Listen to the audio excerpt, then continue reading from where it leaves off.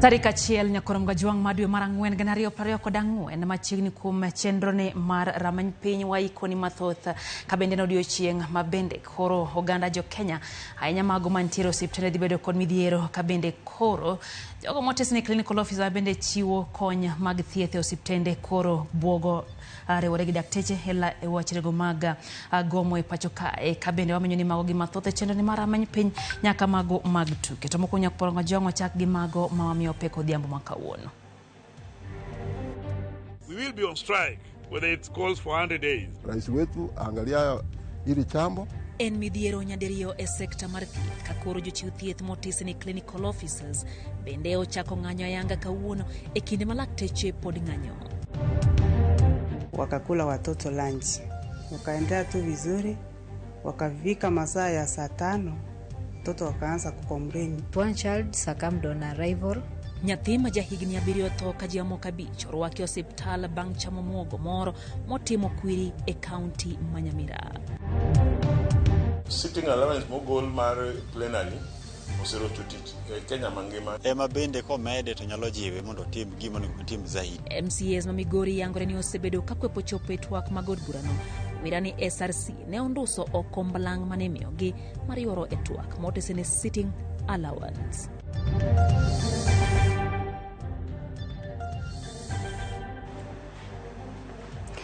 Machiegni nyakoro mgajuang chenro en ramany piny be thuolo mar go kodwa mbaka wantiere lai marote machuok ariade ka uchono kabende hinyalo yudo kachi Facebook live Facebook live maro kanyara RamogiTV KE kaito bende wantiere YouTube RamogiTV Kenya wan gi jaloko marwa Lizo Tieno machiegni nyinga Lydia Okeyo. Chenro mag thieth orochore e thoth osiptende mag piny owacho e pacho ka bang' jochiw thieth ma otesene clinical officers mantiere bwo riwruok mar kuso riwore kod jowadgi e ng'anyo. Twak mokwongo mar tend riwruogno kod migawo mar thieth manobagi kawuono ok onyago lemo ka tend riwruok mar KMPDU manolose kaunti ma Kirinyaga to pod onyono piny ni ng'anyo dhi mbele. Jafwambo mara Judith Omondi chakono chenro mar ramany piny gi ripodno e yo machal kod ma. Ma picha mar osiptal ma Kapkaket manie kaunti ma Kericho ripode mapile yango kaka kombe gi pong' kod jotuo kendo moko chuodok pacho ma ok oyudo thieth nikech thoth mar jotuo malimo thieth ni. Kawuono ok mana oko ka kende otendni mag jotuo ma ohewre ni nono ranyisi mora mora mar laktar manyalo bedo ka fwadhore e alwora ni bende onge. Ka jotuo ma ochopo ka yudo midhiero kendo mane owinjo timnegi bero gi kad mar NHIF wuoro kama gichom nikech ute thieth mag ji giwegi sani ok yie thieth mar NHIF. Nilikuja hapa karibu mwezi wa pili mwisho, nilikuwa na shida ya ania, nikapewa appointment niende nikaongoje mpaka NHIF wa approve na space ya kuja kuangaliwa kwa maana ni kesi ya theater. Nikaambiwa niche leo nitaarishwa alafu kesho nipelekwe theater. Ajabu ni kwamba vile nimefika hospitali sioni daktari. Counties mamoko kaka Kisumu, hospitali county ma Kisumu kwan jotuo ma ochopo kodhuro kaka pile. Kisii Teaching and Referral Hospital onge kod pogruok. Jotuo ma ochopo yudo thieth inyakwan. Ka ywak mar jotuo to eni mondo piny owacho chop kare ywak mar jochiw thieth. Tulikuwa tumekuja hapa juu ya shida ya my sister kupata mtoto na CS. So tulikuwa tunataka tusaidiwe venye tutafanya na sai kwa dakika hii hatuna uwezo. So tunataka tuambiwe venye tutaenda hivi na hii shida nini kuwamo kwa daktari imetuletea shida sana. Hakuna madaktari. Kwa hivyo rais wetu angalia hili chambo. Hii serikali yetu ikuwe imegomoka nini tu nini nisishide sita. Riwruok mar lakteche mar KMPDU odiochieng' makawuono ne olimo kaunti ma Kirinyaga kendo pod ginyono piny ni ok gidog tich ka ok ochop dwachgi. They keep insisting on no negotiation. They should go to the hospital and use the court orders to treat the patients. But for us, we are demanding for one thing, that these issues that made us get out of work must be resolved because they are court orders. We will be on strike whether it calls for 100 days. Riwruok machielo mar Kenya Union of Clinical Officers bende kawuono oromo kod jagoro ma ongirore migawo mar thieth. Kata kamano twak margi ne ok onyago lemo. Riwruoge mamoko kama oriwo public health practitioners, pharmacists, nutritionists kinde mamoko bende owinjo chak ng'anyo margi odiochieng' makiny Ranyisi ni thieth nyalo medo rocho repo ni winjruok okobedo. Judith Omondi, RamogiTV. Familia moro maya gweng ma Bokurati sub-county Manyamira North nitiere kod midhiero ka koro giywago wuodgi mong'ere kaka Shadrack Mosigesi ma jahigni 7 mane owito ngimane bang' chamo kit muogo moro seche ma migago chieng' ngeso mokalo. Rawerano kaachiel gi familia mare kamoting'o wetene 4 kod min-gi nochamo muogono eka bang'e ne gichako winjore saa 5 otieno. Ne giwuok dhi e kar thieth to kata kamano Shadrack nowito ngimane e yo kapok gichopo e kar yudo thieth Manyamira Referral. Jatend osiptandno Laktar Angela Ogendi wacho ni muogono ema nonego rawerano kendo kelo hinyruok ne moko kuom familiano, muogo mawachore ni nomigi gi jirandgi.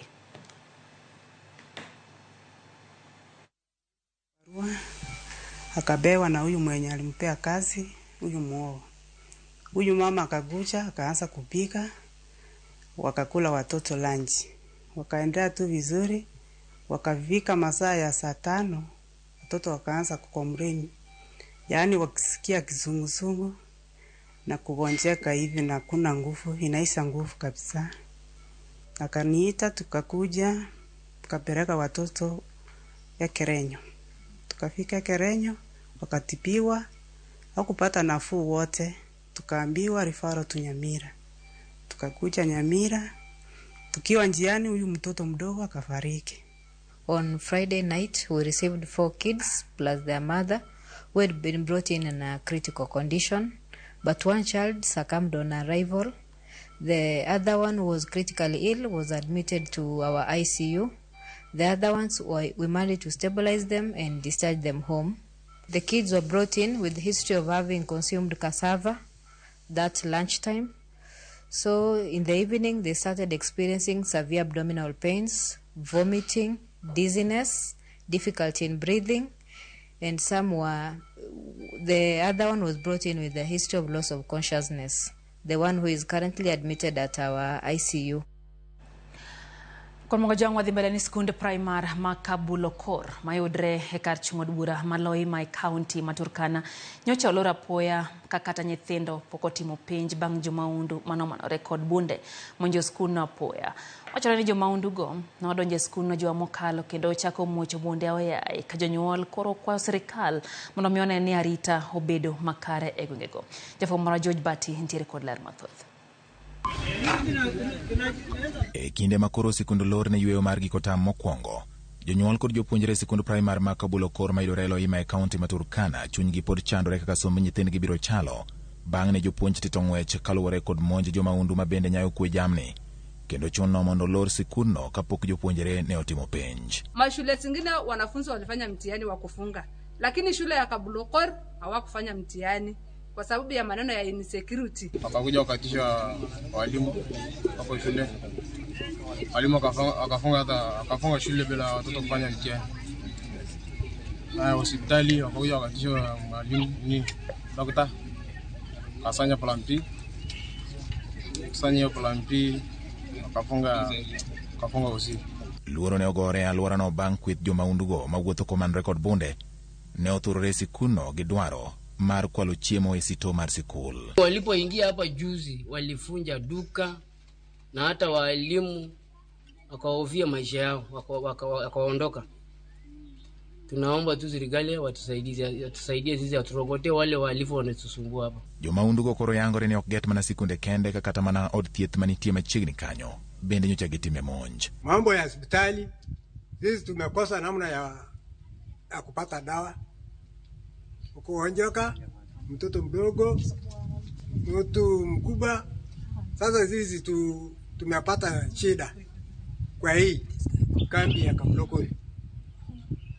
Ndio naomba serikali ya Ruto atuone ya kwamba sisi ni watu wake ama sisi ni watu wa Uganda. Jonyuol koni gin gachied nade bang' nyithindgi dok pacho ni maro ging'eyo seche ma jomaundugo nyalo pore. Serikali ya Ruto ikuja itusaidie sisi, watupe askari ambayo watakuja kutulinda, watupe askari ambayo watakuja kutuchunga, hata kama ni KPR, wapeo tu mabunduki 10 at least wakuja watuchungie kijiji. Kakoro sikunde lor kwayo mar jopiny Maturkana en mondo sirikal omed keto kenge mag jiwo arita ne jopiny kod mwandu mag sirikal koting'o sikunde mondo jomaundugo kik yudo thuolo mar kwalo chiemo ma owinjo bed ni nyithindo biro tiyogo ka oyaw sikul e tam mar 2. George Bati, Ramogi TV. Oyangore ni kwan MCAs ma Migori mayore twak magod Buch County no odok piny nyaka ne duol machano sach jotije pacho kae SRC ka okang' mar ndoso ok omenda mambalang' mayande ichulo MCAs kuom bedo e od bura mano motis ni sitting allowances. Moko kuom MCAs ka otelnegi kod jotendgi e od burano oyie ni en adier ni midhiero osebede e od burano kendo chenro maggi ok dhi nyime e yo makare. Jafwambo mara George Juma ntiere kod ler koya e kaunti ma Migori. Chike ma pacho ka omiyo MCAs tij adek madongo ma oting'o loso chike e od bura, ng'iyo kaka omenda mag jopiny tiyo godo kod 10 counties kaachiel kod chung' kata chwalo duond oganda magirito ma bende ong'ere kaka representation. Penjo osebedo kowuok kuom oganda e kaunti ma Migori e yore ma MCAs e kaunti ma Migori tiyo tijegi adekgi.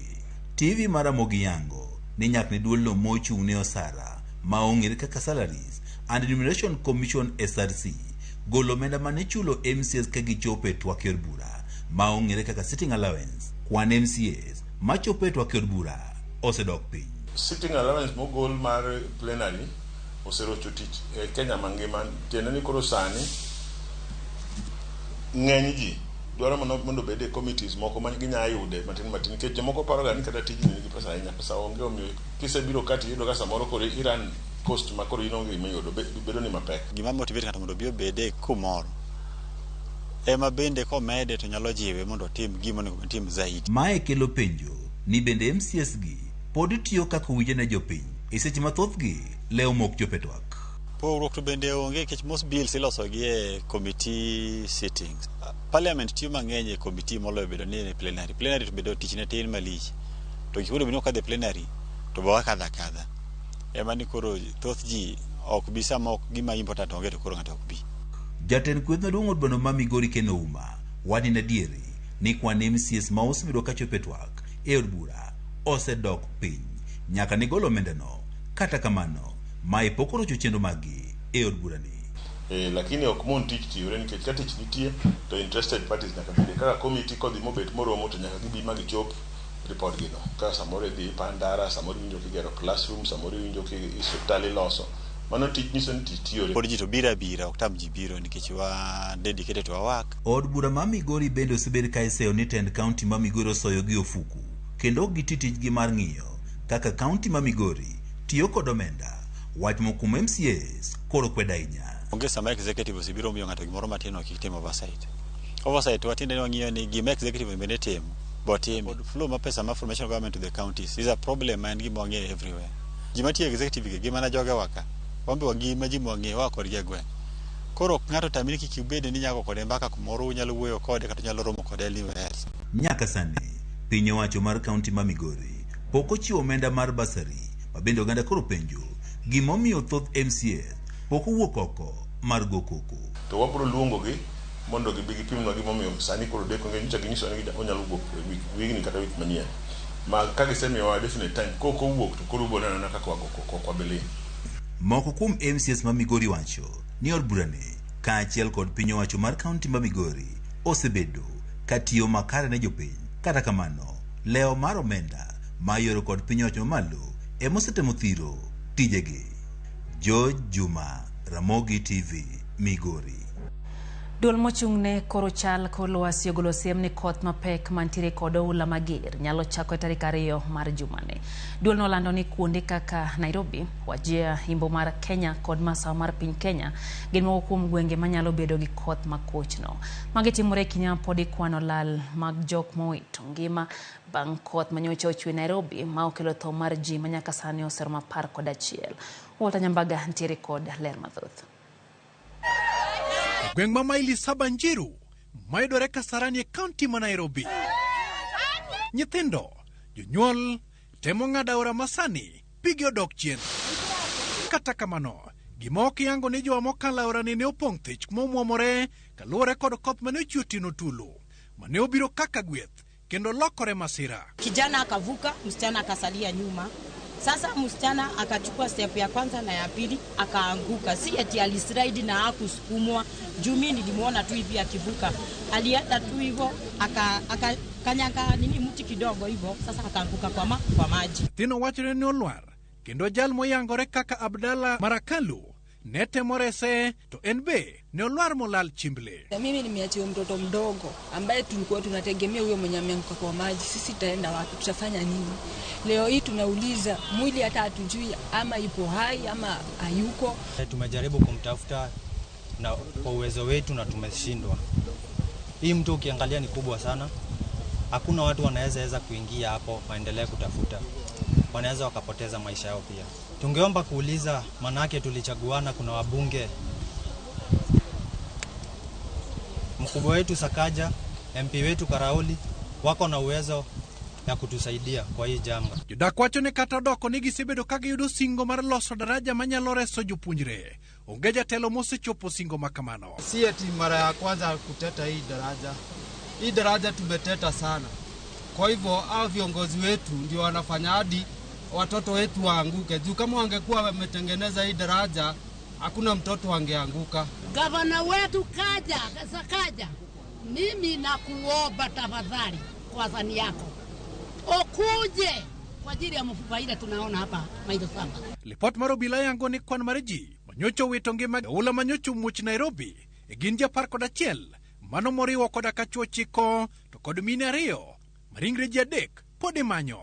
Magi timore ka jokor lwasi wacho ni chakre tarik 2 jumane nyaka tarik 8 dweni koth mapek biro chwe kunde kaka Masa mar Kenya, Imbo mar Kenya, kanyakla kod Hoho mar Okak. Ka kodhno bende gilero ni biro kwako milambo mar Kenya, alwora mar dho wadh nam chumbi to kod nyandwat mar Kenya. Kata kamano bende gilero ni liete rang'iny mar digri 30 biro medore kunde kaka Turkana, Marsabit, Mandera, Wajir, Isiolo, kanyakla kod Garissa, Tana River, Lamu, Mombasa kod Kwale.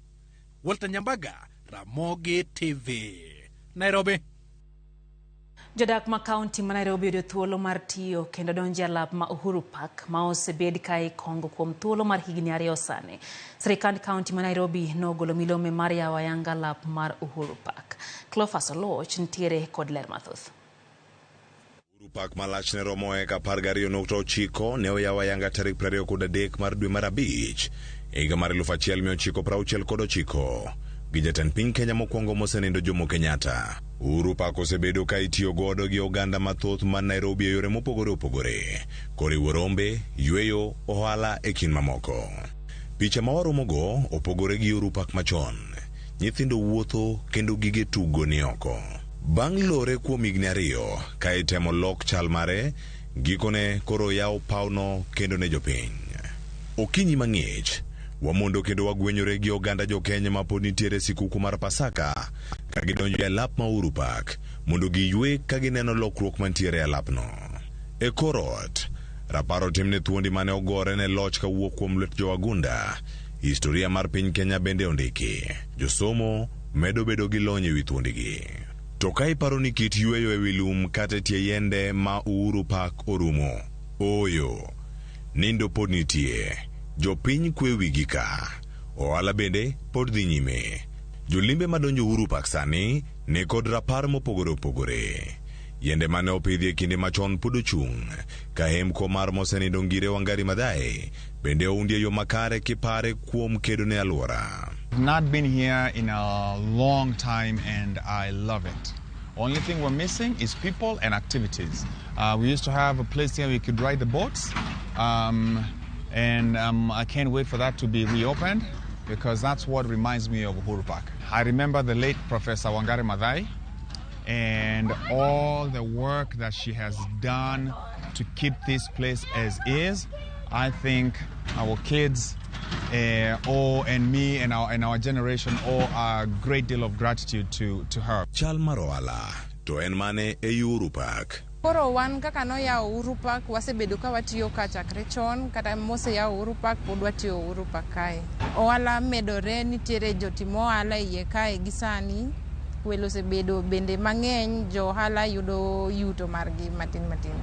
Jo ohala manoko to paro nade bende biro yienegi donjo kata dok e lap ma Uhuru Park watwa kod ja ohala mosetimo ohala e Uhuru Park kuom higni mohewo 40. Kazi ilikuwa mbaya sababu hii corona.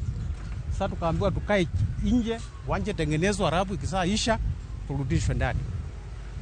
Tuko miaka mingi Uhuru Park, tuko na license zile tulikuwa tunalipa. Sasa tunangojea kama tunarenew tuingie ndani, tuanze biashara. Tukiwa ndani si tumelipa license, hakuna kusumbuliwa. Lakini tukiwa nje mpaka tusumbuliwe. Ignario mosekalo ka iloso kar budhoni mar Uhuru Park. Gik mathoth osebedo kacha katimore. Tinende arita kwe oridi. Nitie jolimbe mamedore, ohala bende timo iye ka. Ndege bende nyalo neno, nitiere mane tokwa kanyo. En gino mane oge Ignario mokalo. Kawuono gintiere ka kendo koro yawe thuolo ne jopiny mondo donji kendo budhi. Cleophas Oluoch, Ramogi TV, Nairobi. Karamuga jong mane chal mar Uhuru Park kabe aneno ka ng'at penjo kopo ni ndege no nyalo idhi hapa ne Cleophas bro luon wachno makare. Haya wakayo mokwongo chendo en rameny piny. Faith Mzomo wacho ni ngima dhano ok en gimonjo bed ni sirikal tugogo. Ere ber ma sirikal yudo seche ma jotuo ywak jothieth onge osiptende. Wacho ni timo dwach lakteche ditam sirikal kaeto wacho ni litne ni koth chwe kuonde moko to na mchumi tolieto mbaro gindasi. Faith Mzomo erokamano koya Malindi. Albert Gwea wacho ni entie changamwe e county ya Mombasa mora hinya gi chenro mar rameny piny. Ezekiel Odhiambo wuod ji bende wacho kanyo ni RamogiTV yo makare entiere kokwanyo. Kaeto wacho ni oganda okaw mos manyien mar dwe manyien mar ang'wen. Bende no kanyo ote mar Pastor Collins Odindo wacho ni osebede yo makare ka entie Kayole e county ma Nairobi kanyo gi Bishop Reverend Bernardo Buya kachiel gi jodolo wetene kama oting'o Pastor Mutiso kod Shem Daniel. Gino RamogiTV Odhiambo kawuono kamano kuom ote mari kanyo jadolo. Alwala Junior wacho ni Dirubi Orphanage nyaka pacho weche gichope yo makare. Wesonga Timothy wacho ni entie Kakamega Mumias West omor kod weche manyien mag rameny piny to wacho ni omuogo onego go marafuku mar chamo nikech osenego ji mathoth kendo wacho ni ogik sama koronjo bed ne sirikal goyo omogo marufuku. Achiando Sam aneni kacha wacho ni intiere 001 na county mano wa Mombasa kata Yany Benbela bende wacho ni Nyandemra kwa bwa weche gichopo ne yo makare. Olo Manifest wacho ni ende intiere Jaramogi Oginga Odinga University of Science and Technology omora hinya gi chenro ne mar rameny piny. Kwan Jalamo Wodi Yoma to wacho ni Kisumu Town weche gilere yo makare. Joshua Ochieng kantie Kisumu Mosh Gordi bende intiere kodwa chenro wacho ni tend tugo jo Kenya okdwa mano pach Omosh Gordi. Wayo matin man rameny piny kikidhi mabor puro antiere kod mathodhe chendo ni omiyo waduogo bang' dakika machok kende.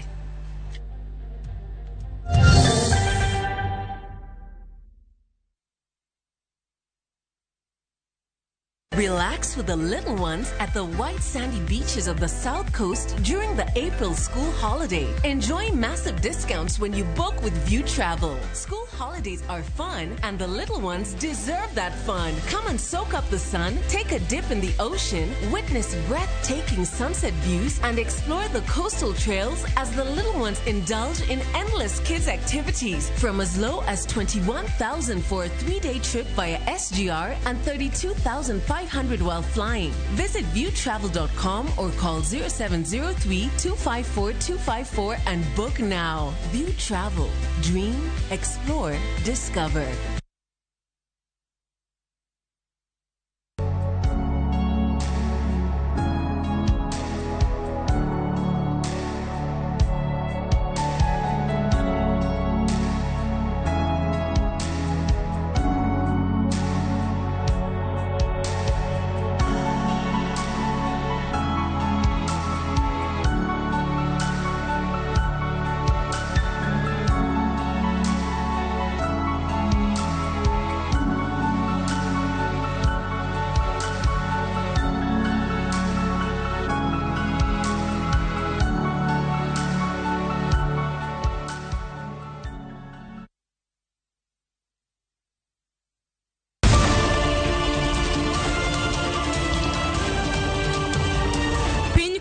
Torugi mage.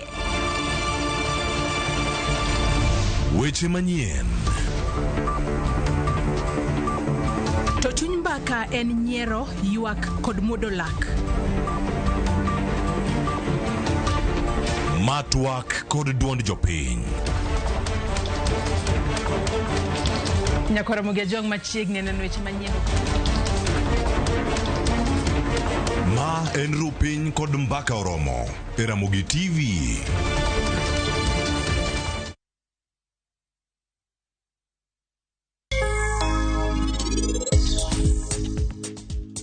Wachna Mr. Diwan. Awinji, Mr. Patak. An gi lipot mar DNA. To an adwaro ni lipot ni ochop ne Halin mapiyo piyo. Madam, barua ni okel kae en mari. Onge wach.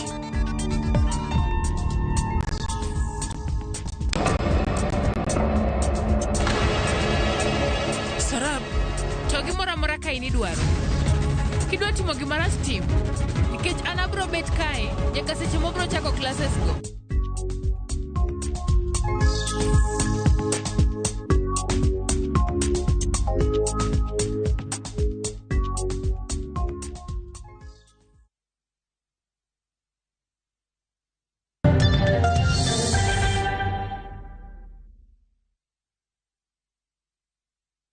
Machiegni kendo e chenro mar rameny piny nyakwar Mwajong wadhi mbele gi miwech manyien teri nyaka kaunti ma Siaya. E kinde ni ma oganda Jokristo hingo nyasi mar Pasaka, achiedh nade pod okwako familia mar Helen Auma ma ok e gweng' Manyaduonda, location ma Barkowino e sub-county ma Bondo, ka giparo nyathigi manyinge Vivian Atieno manolal higa mokalo e kinde Pasaka to nyaka sani pok oyude. Anyuond Vivian, ma jahigni 16 lero ni ne olal kano itere osiptal kaluwore gi wilruok mar paro. Familia no kone gisetemo manyo nyathigino ka nyaka sani pok giwinjo ndache. Gikwa mondo mi ng'ata manyalo winjo ndach rawerano mondo mi gie report.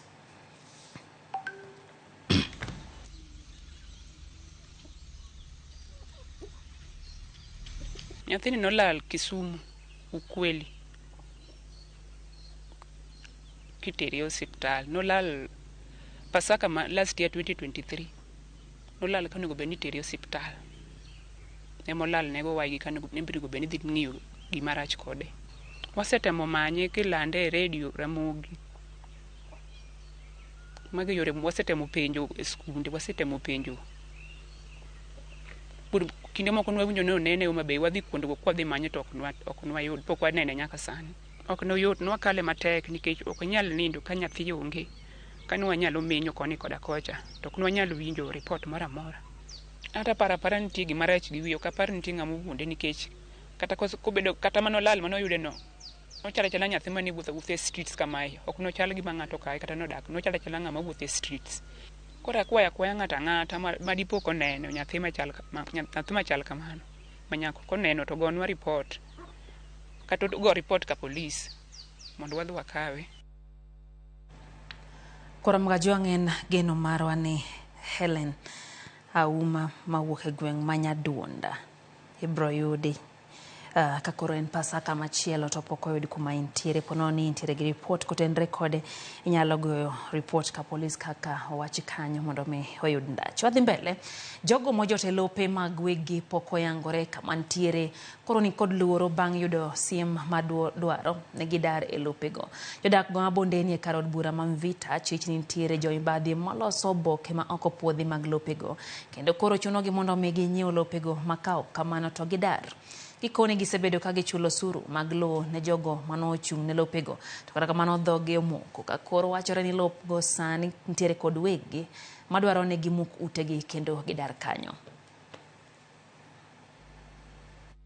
Walianza kusubdivide wakaanza kutuletea barua sasa.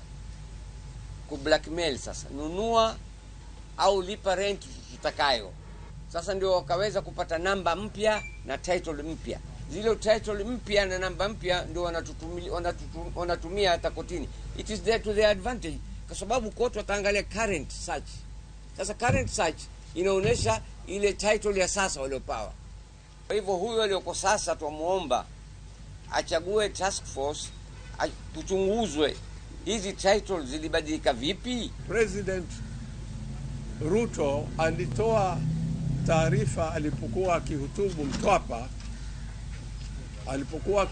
Mtwapa kwamba atazungumza na wenye ardhi wote na kila mwananchi mwenye nyumba atapewa title deed. Yeye atazungumza na wale absentee landlords. At least tupate kuwa na moyo na sisi wa kuishi, kwa sababu tunaishi na hofu sasa hivi, hatuna raha majumba zetu.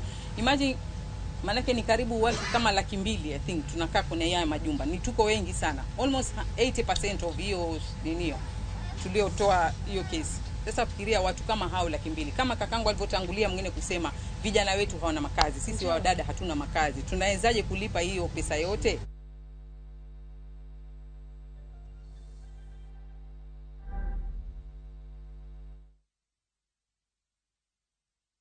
Sasa kwa tao moja tu unaweza pata third party cover for your private motor vehicle valid for 30 days. Say goodbye to expensive motor vehicle insurance. Pata bima kutoka Direct Line Assurance. Kujisajili bonyeza *487#. Weka namba plate ya gari yako, ID namba yako, email address yako na ulipe thao moja tu. And your digital cover will be sent to you instantly. Collect your sticker at your nearest Total service station. Dial *487# upate third party motor insurance valid for 30 days. Pap, ni thao tu.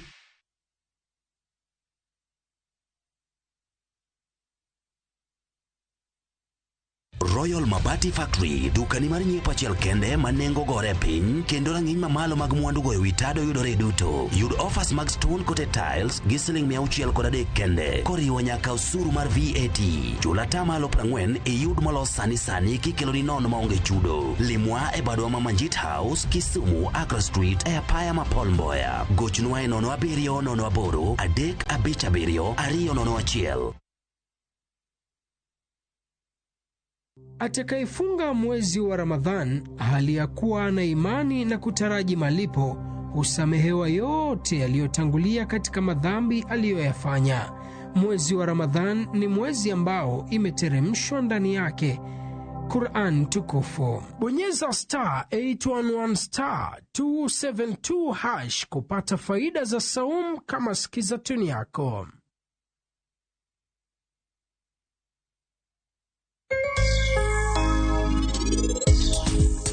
Madam, barua ni okel kae en mari. Onge wach.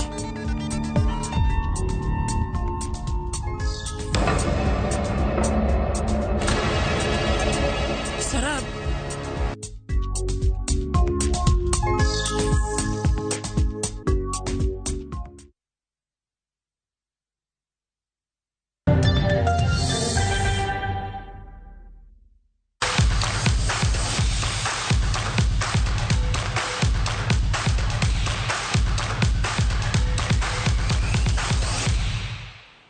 Mago mag tuke ni timbe manong'ado tiko mag national e tuke mag skunde sekondar tamo kuongo timo ikro kapok tuke go chakore yanga e skunde sekondar Machakos Boys dweni. Agoro sare mano thicho okotim mar Maseno e tuke mag okapu gwenge manyanza bende timo ikro margi kagin gigeno. Negi biro timo maber e tukego mag nationals makono mabiro timore kind tarik 6 nyaka 14. Kano wuo gi RamogiTV, kocha maragoro sare Paul Odok olero ni wang'ni gibiro timo maber mohewo thuolo mar adek mane gitieke higa mar 2019.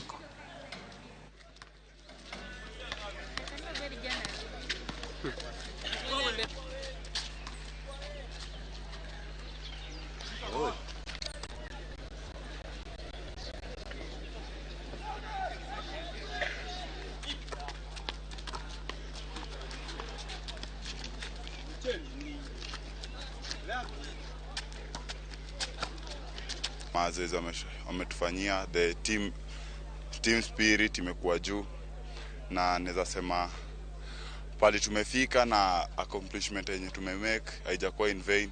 Imekuwa all about sacrifice and determination among the players na unity yenye tumekuwa nayo. We are there in 2019 for our first time kanwa the nationals. Nwatieko number dek. Kori ngeni wacho ganike dhe kamoro to isa achieve a certain fate kake marbedo number dek no. We cannot take in anything lower than mano. Kora our main objective ni will take game by game kwa chopo Machakos, but finally wadwani wa maji watuge finals mondo wa represent Nyanza region gi Kenya East African Games mobo team reburu Uganda. Support moyudo kuom coaches mekgi to gi the political wing marwa mantie region wa kaendi, MP, MCA osebedo komiyo nyithindo gi mijing'o kabisa e gocho margi e basketball, kendo ka gidhi e nationals to wan gi geno ni gidhi duogonwa kod okombe.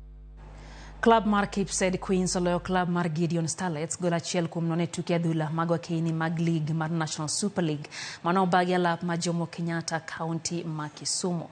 Kipsed Queens noyudo gol no makende kokalo e opich achoma gol no mano omiyo gi ondamo manyime e lai mar National Super League kidieny mar joma mine. Kano wuog RamogiTV kocha mar Gideon Starlets noyie loch kowacho ni ne giwito thuolo mathoth mag loyo kaluwore gi nyaw korka moko kuom jotugo kendo koro gisingo medo maino e orako mage.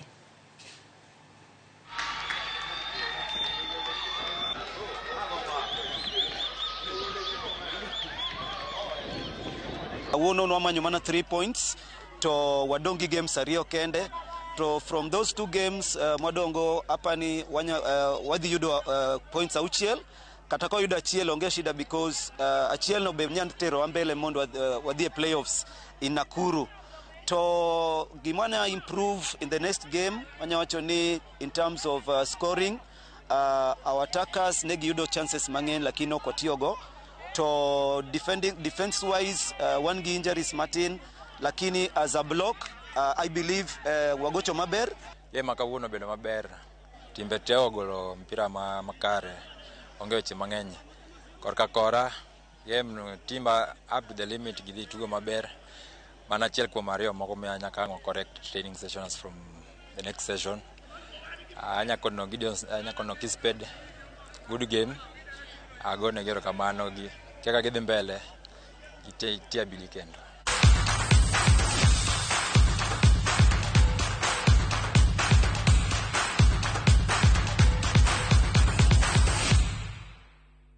Kikanye mwatieke chenro mara ramanye pinya kurom gajuanga kara kama oni kechwecho magi Easter kel nyasi mar Easter mar Pasaka okawno ber kanyo gi twak mara ramanye piny kaka pile bobedo gi twak makamano juma manyien e chenro wa mapile kapile. Ano ka Shirela Seno wacho ni entiere kodwa kara kamano gin kode kuye Pasaka ni giwacho ni japuonj Kefa Otung mara Simbi Kogembo ne Nyasaye okao ngimane walamo kwe mar Nyasaye mondo mi o familia mar jaduong Kefa Otung mara Simbi Kogembo. No bende ote kanyo moora gi the governor mano kanyo Steven ni governor kantiere gwengego mag Rodiko Panye ntiere kodwa chenro ka Joshua Ochieng wacho ni en girigan kanyo kaito Kate Kenzo wacho ni omos mamagi nyago e kantie Mageta erokamano Kate. Ogango Millicent wacho ni entiere Nyangange Kisumu. RamogiTV no malero goyo mos ne miyo molala nyathine wacho no Kate manageno kuom Nyasaye ni kode kendo Nyasaye bro miyo yudi nyathino. Nano bende Okinyo Chogo wacho ni entie Kibose County ma Kisumu. Engineer Ben Maina wacho ni RamogiTV ler gwenge maluak kaito Danilo Karan bende wacho ni entiere kodwa e chenro wacho ni Happy Easter ne joreno mag RamogiTV duto. Prince Marvelous to ntie Kisumu Amboleo kaito Tisnya kwa Nyawadi wacho ni entiere Sindo Mwalo gen kano gi nyithinde Beli kod Kamara giduto gikete mana ka RamogiTV. Felo Jakoyugi wacho ni Mariwa noweyo chon puoth kanonegi. Haya waza Mwakoronga wacho ni pinyo kwe ka entiere County 044 kaito aeno bende ote mara Wesonga Timothy Wesonga wacho kanyo ne gwenge ma Kakamega weche gichopo negi eyo mowinjore nyakorom gajwang. Neno bende Otistinga Oganyo kantie kaya Rapogi mano West Rapogi Kanyamkago wacho ni weche gichopo negi eyo mowinjore. Dongo Wuoda Sembo Jangoma aneni kacha wacho ni Got Bondo weche gichopo makare kara kamane gomos ni familia mag mama koro nyathine otho bang' chamo omwogo kaito Ken Omenda to wacho ni Oyugis Dala weche gi lerie mokalo. Steve Obura ni kacha in bende wacho ni inbe intiere Uyawi Beach kende wacho ni intiere kodwa e chenro kachiel gi Morino Jode kantie Naivasha. Eliva Pio bende wacho no gomos kuom nyathi motho mapod tinno mano chamo omwogo mowito ngimane. Nyakorom gajuang erokamano kuom keto RamogiTV poroborogo kodi mbaka kendo kuiganyo saa 3 e chenro maro imore saa 3 wange kik iwe mo kitudri kodwa. Wasebedo gi jaloko marwa Elizabeth Otieno nyinga Lydia. Okay, oriti masani.